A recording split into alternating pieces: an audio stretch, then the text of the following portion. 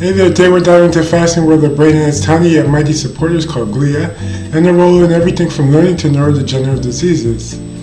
First, let's talk about the basic players at the core. We have neurons, the brain's messengers, sending signals via electrical impulses. But neurons don't work alone. They're supported by a team of neuroglia, the unsung heroes like astrocytes, microglia, and oligodendrocytes. Think of astrocytes as the brain's traffic controllers. They regulate glutamate, the main excitatory neurotransmitter, ensuring signals don't get too wild, which could lead to brain burnout. They also support synaptic homeostasis, helping synapses, tiny contact points between neurons, stay tidy and efficient. Microglia are like the brain's cleanup crew and security guards rolled into one.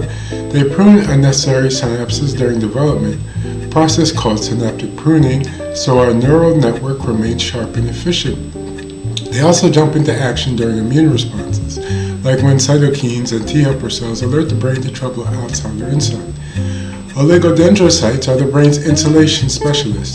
They produce myelin, a fatty substance that wraps around axons, speeding up neural signals.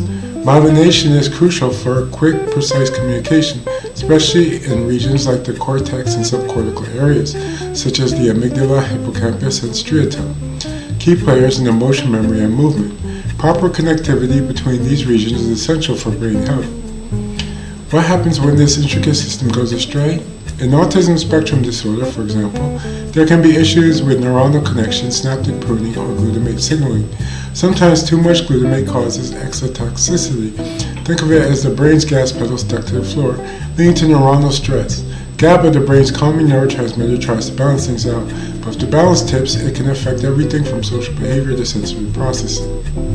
In neurodegenerative diseases like amyotrophic lateral sclerosis, things get really serious. Motor neurons, the cells controlling our muscles, degenerate due to factors like mitochondrial dysfunction, oxidative stress, and protein misfolding.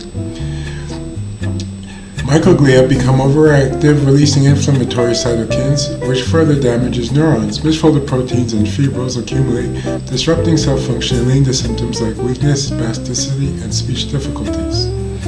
These processes involve complex signaling pathways. The mammalian target of rapamycin, or mTOR pathway, regulates protein synthesis and lipid metabolism. The wingless beta-catenin pathway influences cell growth and synaptic formation, ensuring proper neural wiring during development. So from tiny glial cells, support neurons to complex signaling pathways to the gut-brain connection, our brain is a marvel of biological engineering. And though many mysteries remain, ongoing research continues to unlock how these systems work together. Thanks for joining me on this whirlwind tour of the brain's inner universe. Hope you enjoyed the ride.